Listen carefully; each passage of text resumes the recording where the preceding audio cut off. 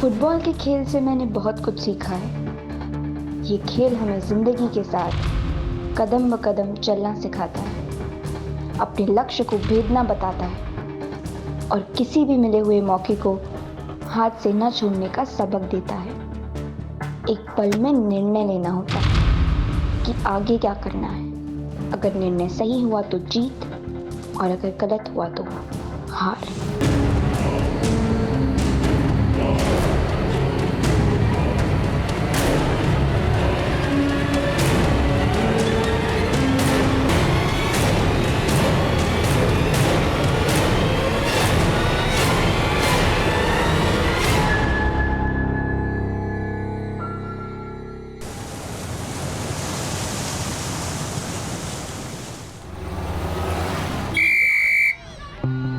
Come on, Supriya, come on. Come on, shabash. Shabash, Supriya. Shabash, shabash. Come on, come on. Come on, Supriya. Come on, shabash, shabash. बहुत बढ़िया. Shabash, shabash. Come on, shabash. Shabash, shabash. Come on. Come on, Supriya. Come on. Shabash, shabash. Shoot. Yes. Well done, Supriya. Very good. Well done. शाबाश. कल match है. कल थोड़ा जल्दी आ जाना. मैं तुम्हें मैच से पहले कुछ जरूरी टिप दूँ. Okay? Okay sir. Come on, girls. Wrap up now. बस चली जाएगी। बाय। कल मिलते हैं। ये लो बैग। बस नहीं निकले। आजा।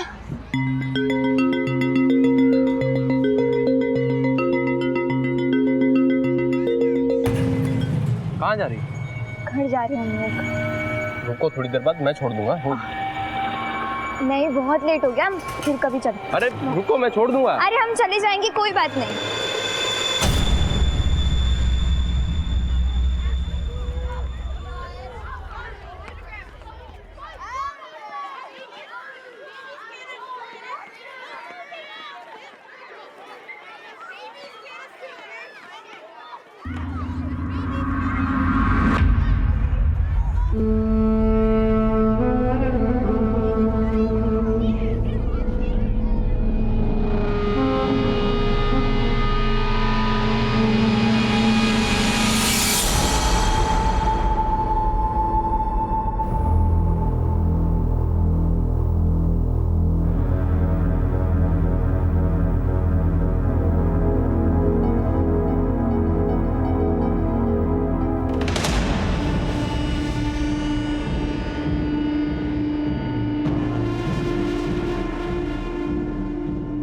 मना किया था ना, लड़का लोग से हंस के बात क्यों कर रही थी? पढ़ाई लिखाई में ध्यान नहीं तुम्हारा? तुमको नहीं मालूम है लड़का लोग कितना खराब है? ये हमको मालूम है। तुम्हारे उम्र की लड़की किसी के भी झांसे में आके कोई भी गलत कदम उठाती। इधर गोवा में आए दिन किसी ना किसी बीच पे किसी लड़की का लाश मिलता है, न तो किसी होटल में। समझ में आता है तुमको? राधिका, तुम क्यों नहीं बोलता लड़की को? आप शांत हो जाओ। तुमको मालूम है ना तुम्हारे अप्पा को पसंद नहीं है, तो क्यों नहीं मानती उनकी बात? जाओ जाके कपड़ा चेंज करो। राधिका, ये लड़की लोग को समझाओ, न तो किसी नाक कटाएगा ये। चिन्मय, चलो।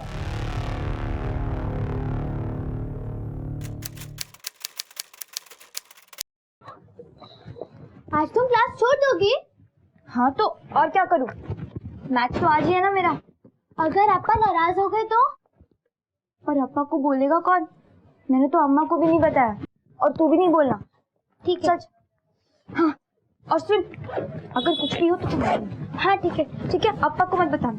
हाँ, और उसके बाद वो जो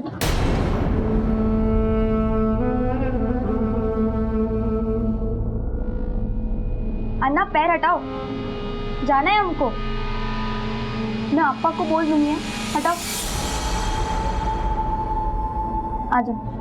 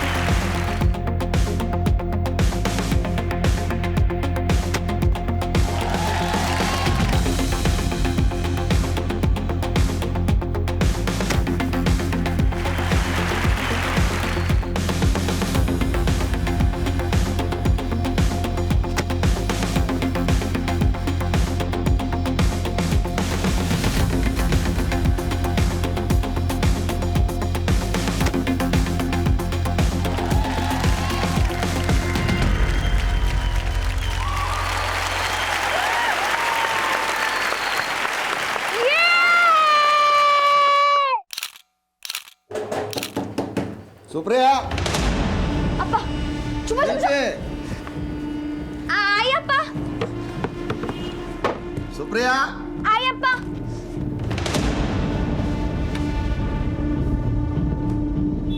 क्या कर रहे तुम दोनों? अप्पा वो मैं शिल्पी को होमवर्क करा रही थी। हाँ दीदी होमवर्क करा रही थी। बेटा इतना प्रेशर लेके नहीं पढ़ा करते। थोड़ा टाइम निकालो और अम्मा का हाथ बटाओ। हाँ जी अप्पा।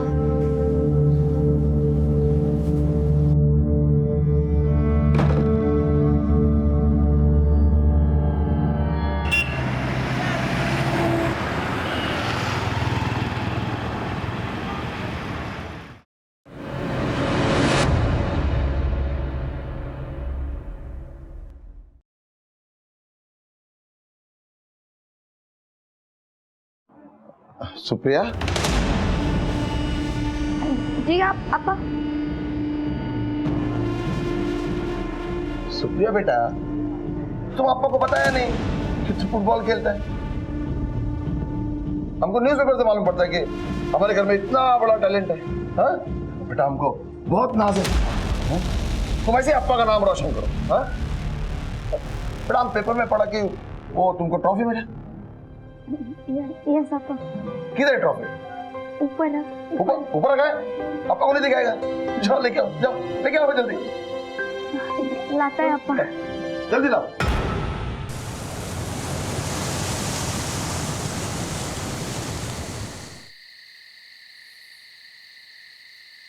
यहाँ पर रख दो।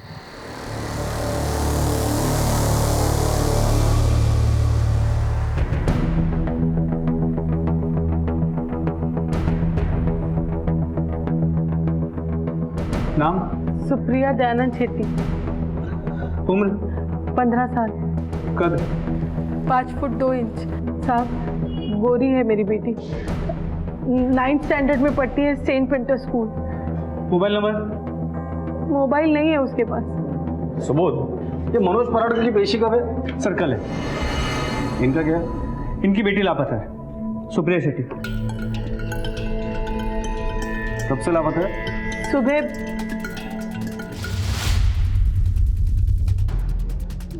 सुबह जब उसके कमरे में गए तो वो कमरे में नहीं थी। सुप्रिया बेटा। दीदी सुप्रिया दीदी सुप्रिया दीदी सुप्रिया सुप्रिया दीदी सुप्रिया सुप्रिया कमरे में नहीं है। वो ऊपर नहीं है। क्या? कहीं भी नहीं है।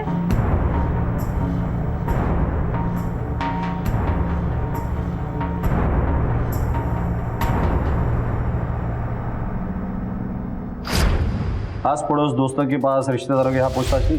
पास में उसकी दादी रहती है पर वो वहाँ नहीं है। हेलो अम्मा, अम्मा सुप्रिया आई है आपके यहाँ? नहीं बेटा यहाँ तो नहीं आई, पर हुआ क्या? माफ कीजिए, बेटी 15 साल की है इसलिए पूछना पड़ता है कि उसका किसी के साथ अफेयर था। कैसी बात करते हैं आप? देखिए पूछना पड़ता है। वैसे आप करते क्या है? मेरा कपड़े का गारमेंट का बिजनेस। वहाँ किसी के साथ दुश्मनी है आपकी? हाँ है। मेरा वो मार्केट में जो गारमेंट का शॉप है उसके बाजू में नरसिंह मुरे मेरा पड़ोसी है, उसका नज़र मेरा शॉप पे है। वो दुकान खरीदना चाहता है तो उसने गुंडा लोगों को भेजा उस दुकान खाली करने के लिए। पर मैं टच से बस नहीं हुआ। तो आपका कहना है कि नरसिंह मोरे ने दुश्मनी निकालने के लिए आपकी बेटी को किडनैप किया? मैं ऐसा नहीं बोला। आपने पूछा दुश्मनी है तो बताया बस। आप थोड़ी देर बाहर रुकिए, मुझे आपकी बेटी से बात करनी है। वो क्या बताएगा? जो पूछना है हमसे पूछो आप। मिस्टर दयानंद प्लीज बाहर रुकिए।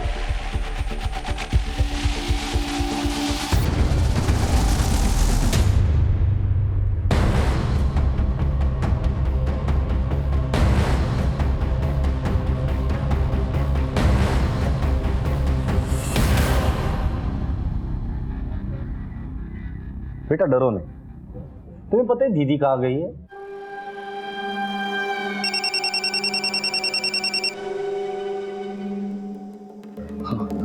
हेलो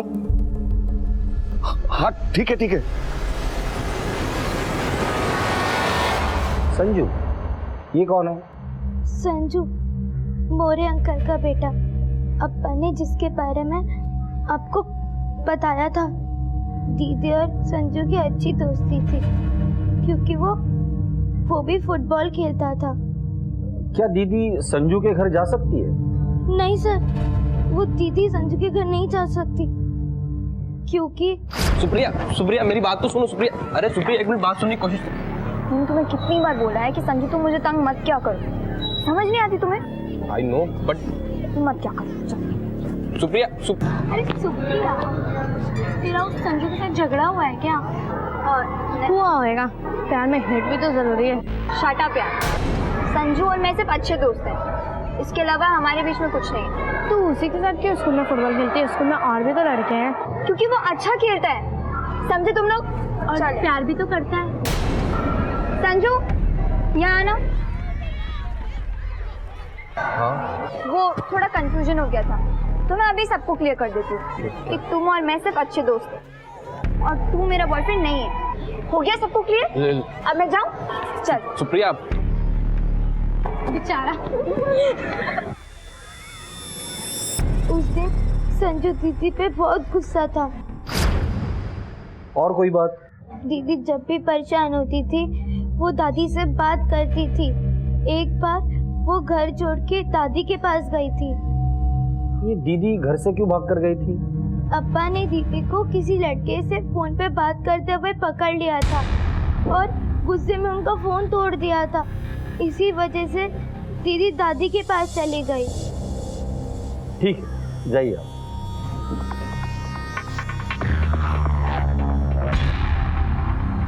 सुप्रिया की फोटो हर पुलिस स्टेशन में सर्कुलेट कर दो। सारे हॉस्पिटल और मॉर्ग रूम भी चेक कर लेना। ये सबसे पहले हमें संजू, मौर्य और दादी से बात करनी होगी। सर। 15 साल की नाबालिग स्कूल छात्रा सुप्रिया शेट्टियार के लापता होते ही पुलिस हरकत में आ गई और बिना समय नष्ट किए तहकीकात शुरू कर दी।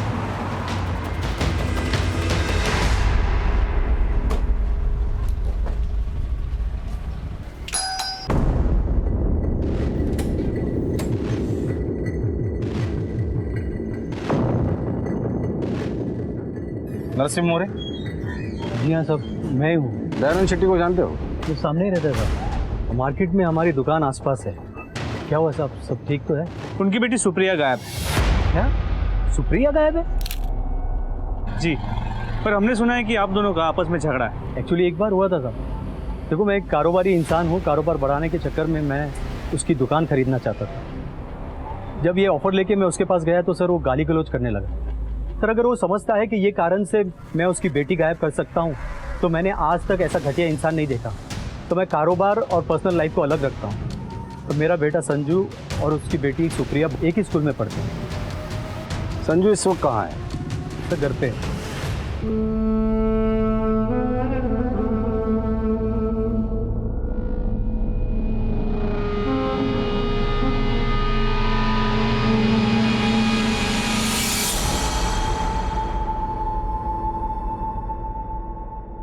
सर वो सुप्रिया, सर वो तो स्पोर्ट्स में बहुत खराब थी, लेकिन हमारे स्पोर्ट टीचर है ना राजीव सर, उन्होंने उसे बहुत सर पे चढ़ा रखा था। और लड़कियों का क्या है सर, कोई भी सर पे चढ़ा देता है, चाहे उनमें टैलेंट हो या ना हो। सुप्रिया है कहाँ? सर ये मुझे कैसे मालूम होगा? सर सिर्फ मैं अच्छा दोस्त था उसका। आप तो इसे पूछ रहे हैं जैसे मेरा उसके साथ अफेयर चल रहा था। सर मैं तो कहता हूँ इधर उधर पूछने से अच्छा आप सीधे जाके स्पोर्ट्स सर से मिलिए, काफी क्लोज थे सर दोनों। ये रहा बॉल, ठीक है, ये तुम्हारा पैर यूं आया, ठीक है, हाँ, ये यहाँ पे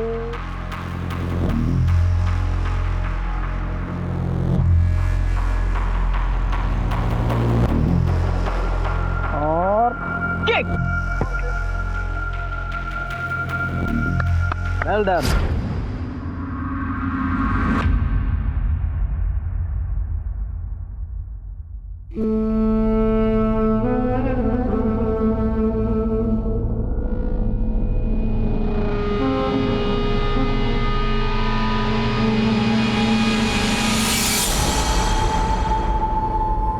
मुझे बहुत अच्छा लगता है जब कोई लड़की खेल कूद में भाग लेती है। तो अब ज़माना बदल रहा है, इसीलिए जब मैंने सुप्रिया को देखा तो मुझे उसमें भविष्य की एक ऐसी खिलाड़ी दिखी जो शायद आगे चलकर अपने माँ बाप के सपनों को पूरा कर सके।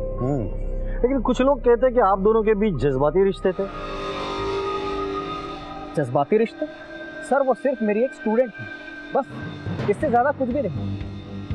आपकी शादी हुई है? जी नहीं। तो सुप्रिया आपके घर पर भी आती?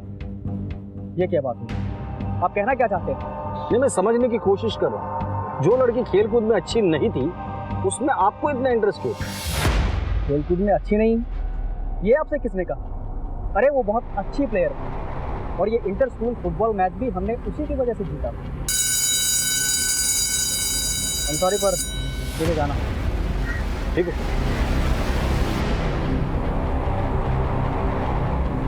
सुबोध नजर रखना इसे। सर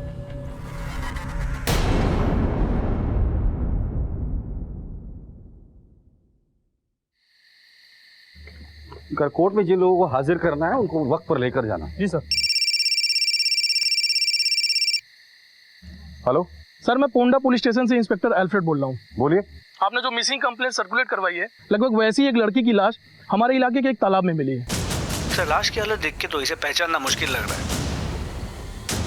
ठीक है, पोंडा पुलिस से फोन, उन्हें एक लड़की की लाश मिली है। राधिका और दयानंद को शिनाख्त के लिए बुला लो। सर।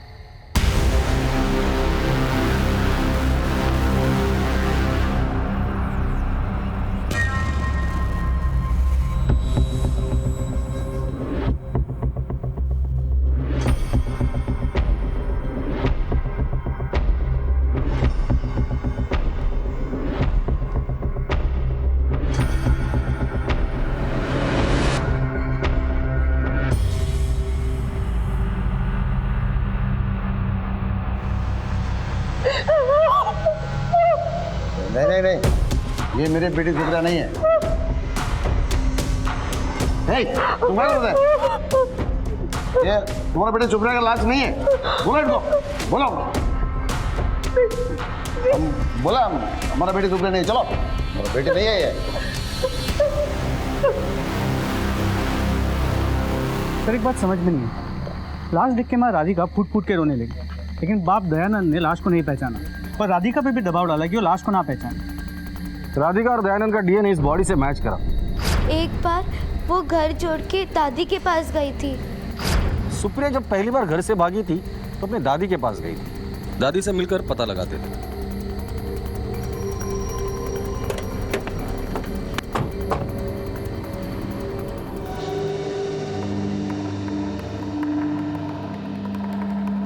हाँ ला लो ट्रॉफी दो। कितना अच्छा ट्रॉफी। अप्पा को बताना मांगता था, इसका वेट बहुत है ना बेटा, इसका थोड़ा वजन कम करता है, ठीक है?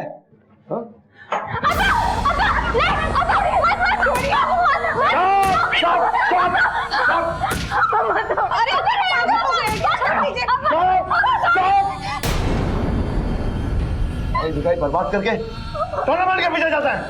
हाँ राधिका, जो बच्ची माँ बाप को बताया भी कि टूर्नामेंट खेल सकता है, वो सब कुछ कर सकता है, इसका अंदाजा नहीं तुमको। आज के बाद तुम स्कूल नहीं जाएगा, घर में रहेगा। नहीं। ये चिन्ह पढ़ाएगा तुम्हारे को। अगर इसका रिजल्ट में कुछ भी कमाया तुमको छोड़ेगा नहीं हम।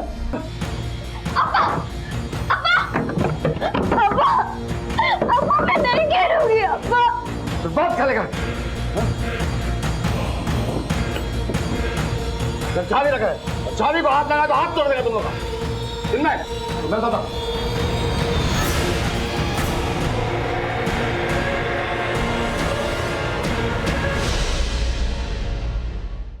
क्या सुप्रिया यहाँ आई थी या उसने आपको कॉल किया था? ना ही उसका कॉल आया था, ना ही वो खुद आई थी। अच्छा, सुप्रिया जब पहली बार भागकर आपके यहाँ आई थी, क्या वजह थी? मेरा बेटा भी ना अजीब सन की इंसान है, तरह तरह के अंकुश लगाता है अपनी बेटियों पर। सुप्रिया भी इन्हीं से परेशान होकर मेरे पास आई थी। अच्छा, सुप्रिया जब आपके यहाँ आई थी, ऐसी कोई बात है जो आपको याद हो? नहीं। हाँ याद आया, एक लड़का उसको मिलने आया था, उसका नाम प्रभाकर था।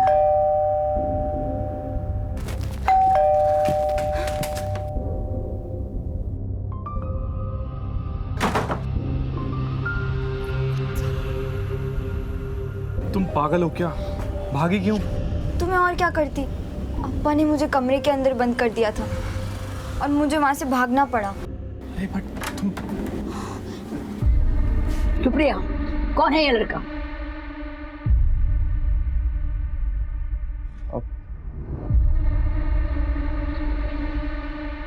दादी, मैं प्रभाकर हूँ। मैंने तुम्हारा नाम नहीं पूछा, तुम हो कौन?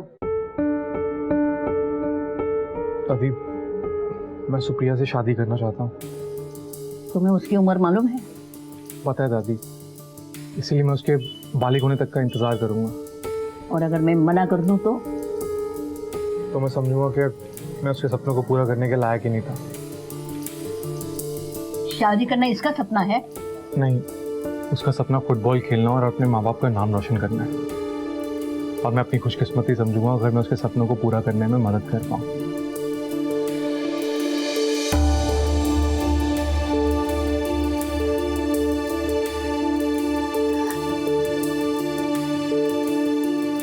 प्लीज।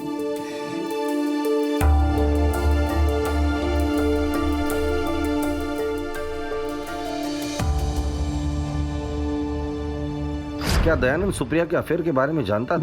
मुझे नहीं मालूम। ये प्रभाकर कहाँ रहते हैं पता है आपको? नहीं, मुझे नहीं मालूम। क्या ये प्रभाकर है? जी नहीं। ये भी नहीं है। प्रभाकर का चेहरा याद है आपको? बिल्कुल याद है। स्केच बनवा सकती है? जी हाँ।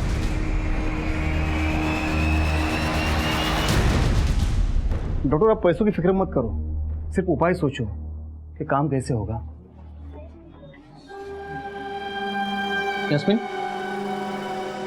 जी डॉक्टर। इनका सैंपल किसी दूसरे लैब में भेज दो। ओके, अभी भेज देती हूँ।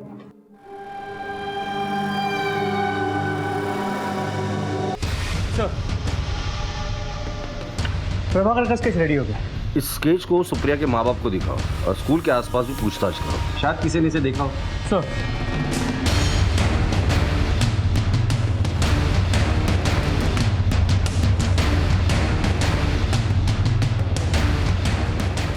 साहब, ये तो प्रभाकर है, पार्स्टेक में रहता है इधर।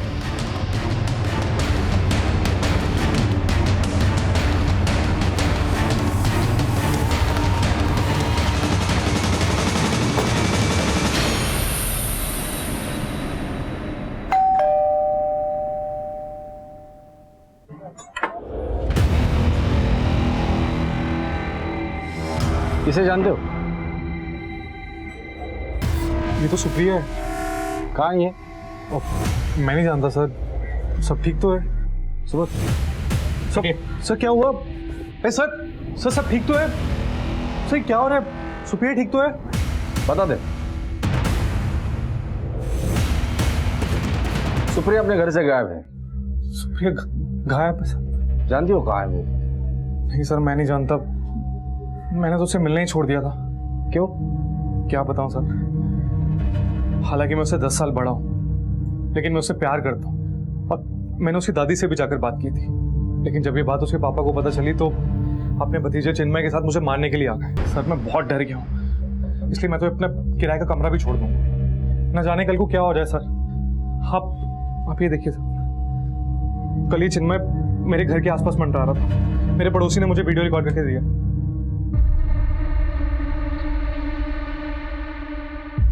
सुबह ये वीडियो ले लो। वैसे तुम कल कहाँ थे? सर कल मैं अपने घर में बैठ के एग्जाम की तैयारी कर रहा था। हमें एक लाश मिली है फोंडा में, हमें शक है कि वो सुप्रिया की लाश है।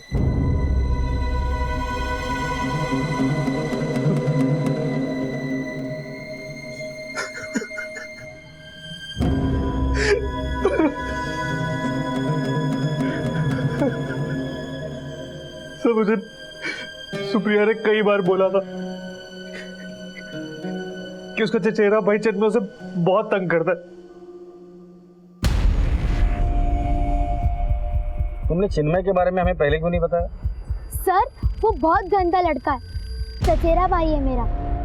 अप्पा उसके ऊपर आंख बंद करके पूरा विश्वास करते।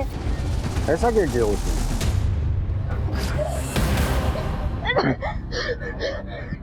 सुन, सीतापा जब आएंगे ना उनको सब बता देना। हाँ, फिर मैं देखता हूँ और किस पे ज्यादा भरोसा रखते हैं, मेरे पे तो तुम लोग।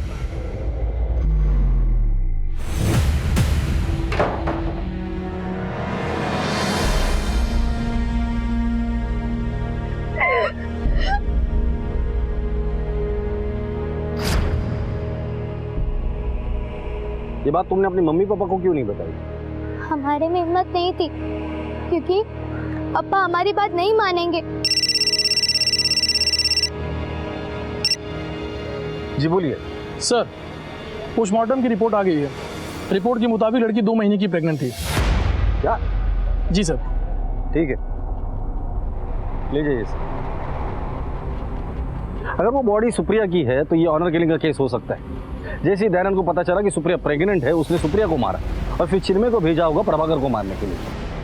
पहले तुमने अपनी बेटी को मारा, फिर चाचा भतीजा मिलकर प्रभाकर को मारने गए थे। झूठ है ये। मैं अपनी बेटी को जान से क्यों मारेगा?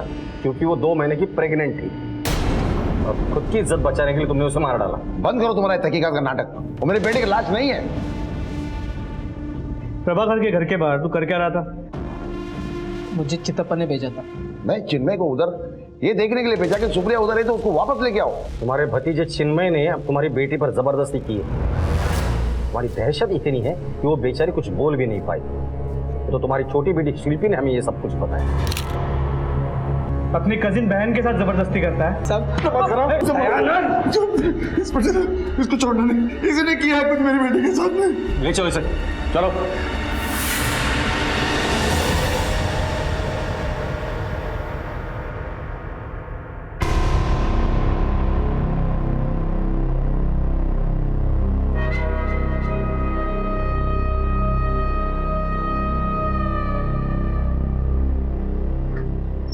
ये डॉक्टर, क्या है ये? क्या है ये? अरे भाई हॉस्पिटल है, जरा धीरे बोलिए। क्या धीरे से बात करूं? मैं इस रिपोर्ट को मानता ही नहीं। मुझे दूसरा रिपोर्ट चाहिए। काम डाउन प्लीज, प्लीज बैठिए तो सही। आपको जो रिपोर्ट चाहिए मिल जाएगी। हम दूसरी जगह पर टेस्ट करवाएंगे, रिजल्ट पॉजिटिव ही होगा, ट्रस्ट मी।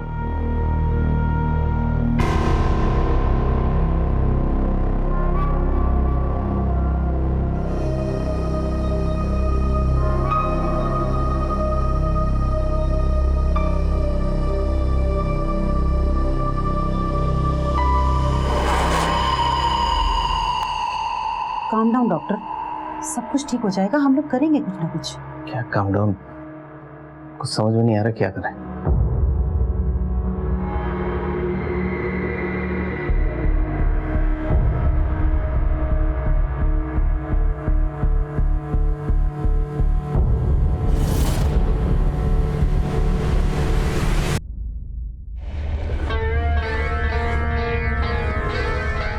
आओ बेटा, आओ, यहाँ बैठो। क्या बोलूं सर, मेरे पति ऐसे ही सनकी नहीं हो गए। जब वो लोग कर्नाटका में रहते थे तो उनकी 14 साल की बहन थी सुगंधा, वो किसी लड़के के साथ भाग गई। इसकी वजह से उनका फैमिली का बहुत बदनामी हुआ, तो कर्नाटका से सब कुछ छोड़ के यहाँ गोवा में आके सेटल हो गए। उनके मन में हमेशा इस बात का गुस्सा रहा कि उनकी बहन किसी लड़के के साथ भाग गई। बस वो नहीं चाहते थे कि हमारी बेटियों के साथ ऐसा हो, इसीलिए वो। डीएनए रिपोर्ट आ गई। राधिका जी, आपके लिए गुड न्यूज है। जो लाश हमें मिली थी उसका डीएनए आप लोगों के डीएनए से मैच नहीं कर। इसका मतलब वो लाश सुप्रिया की नहीं है। डीएनए रिपोर्ट से जब ये साफ हो गया कि तालाब में मिली लाश सुप्रिया की नहीं है, तो पुलिस एक बार फिर उसी जगह पे आकर खड़ी हो गई जहां से उसने तहकीकात शुरू की थी।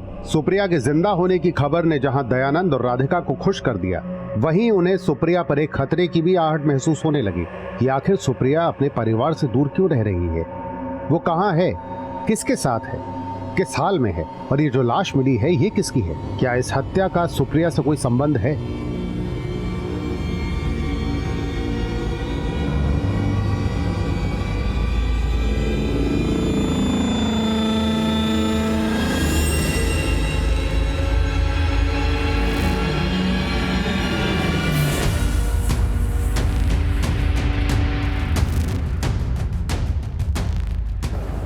मत, सब ठीक हो जाएगा।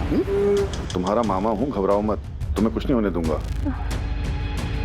मामा आपने मुझे यहाँ क्यों लेकर आए? बेटा स्टेट लेवल का फुटबॉल मैच है ना, उसी का मेडिकल कराना है। मेडिकल में ऐसा नहीं होता। बेटा स्टेट लेवल पर ऐसा ही होता है। ये देखो ना कितने बड़े बड़े सिलेक्टर आए हैं, ये सर, ये मैडम। नाम पिंकी, उम्र 15 साल, हाइट 5 फुट 2 इंच, रंग गेहुआ।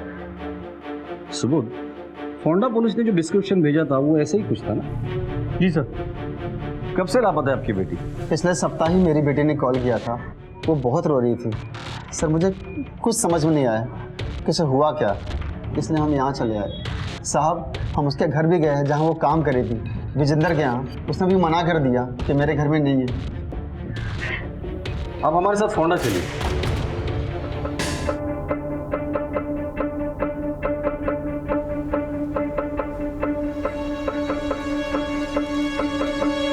बॉडी पर ये मिला था। साहब ये तो मेरा पिंकी का कड़ा है साहब। पिंकी सुनना, पिंकी उठ। बॉडी इन लोगों को हैंड ओवर कर दो और हम लोग विजेंद्र से मिलते हैं। सर साहब हमें तो कुछ मालूम ही नहीं। हम लोगों ने उस पिंकी को 2-2.5 महीने पहले ही घर से बाहर निकाल दिया। क्यों? साहब उसका काम धाम में मन ही नहीं लगता था। हमेशा अपने बॉयफ्रेंड के साथ मोबाइल पे बातें करती रहती थी और किसी भी वक्त उसके पास चली जाती थी।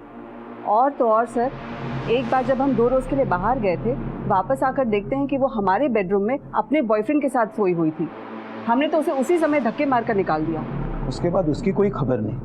वो लड़का जो उस दिन पिंकी के साथ था, आप उसकी स्केच बनवा सकते हैं? हाँ साहब बिल्कुल बनवा सकते हैं।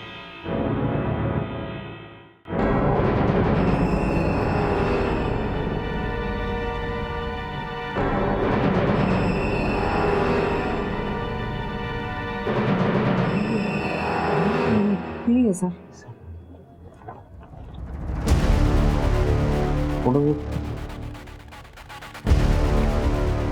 यही था वो? हाँ यही है।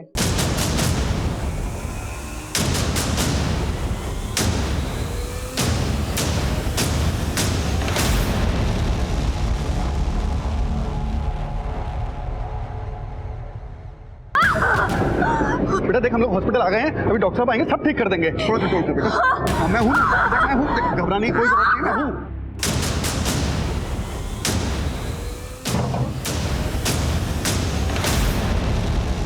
क्या हुआ डॉक्टर? ठीक तो है ना? तुम्हारा प्रोजेक्ट फेल हो गया। पर वो मर तो नहीं जाएगी ना? इस पर इतना पैसा खर्चा किया है, बचाना तो पड़ेगा ही।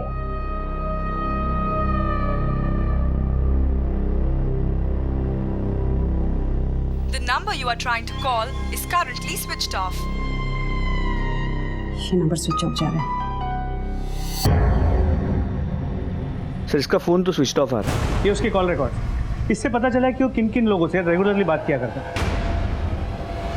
ठीक है, इन सबसे बात करो, किसी को तो उसके बारे में पता होगा। सर क्या बकवास करे डॉक्टर, तुम लोगों से कुछ होने वाला नहीं है। शांत हो जाइए, मुझे कुछ करना पड़ेगा। भाई आप शांत हो जाइए। पेशेंट कितने पैसे चाहिए तुम्हें? कितने? ये लो, ये लो, ये लो, और लो, और लो। अरे अली भाई पैसे वैसे तो बात की बात है, आपका काम हो जाएगी, यही हम चाहते हैं बस।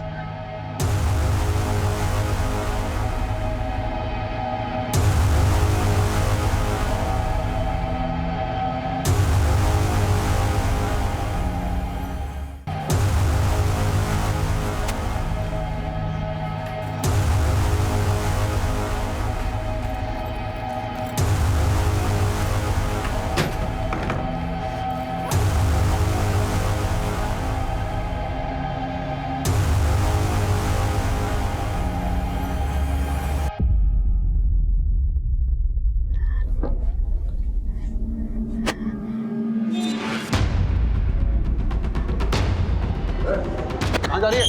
कहाँ जा रही है तू? चल अंदर। सर लोकेशन ट्रेस हो गया, गोकुलवाड़ी मेन टावर। इसके पहले कि वो लोग अपना लोकेशन चेंज करें, उठाकर लेकर आते हैं उन्हें।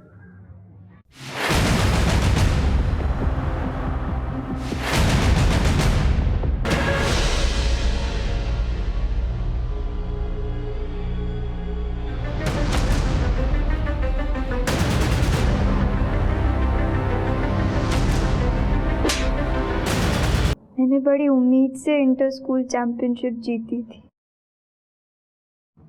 मेरा सपना था कि मैं स्टेट लेवल के लिए खेलूं, पर मेरे अप्पा को ये सब पसंद नहीं था। ऐसी हालत में मुझे प्रभाकर मिला। उसने कहा कि वो मुझे स्टेट लेवल टीम में जगह दिलाएगा और मैं उस रात अपने घर से भाग गई। मैं सीधे प्रभाकर के घर चली गई और प्रभाकर मुझे उसी वक्त मनोहर के घर ले गया। कहने लगा कि मैं कुछ दिन वहाँ रहूं। उसने कहा कि मेरे अप्पा उसका घर जानते हैं, इसलिए हमें पुलिस की मदद से ढूंढ निकालेंगे। लेकिन प्रभाकर सिर्फ मेरा फायदा उठाता रहा। उसने शादी की बात करके मेरी इज्जत से खिलवाड़ किया। मैंने उस पर भरोसा किया था।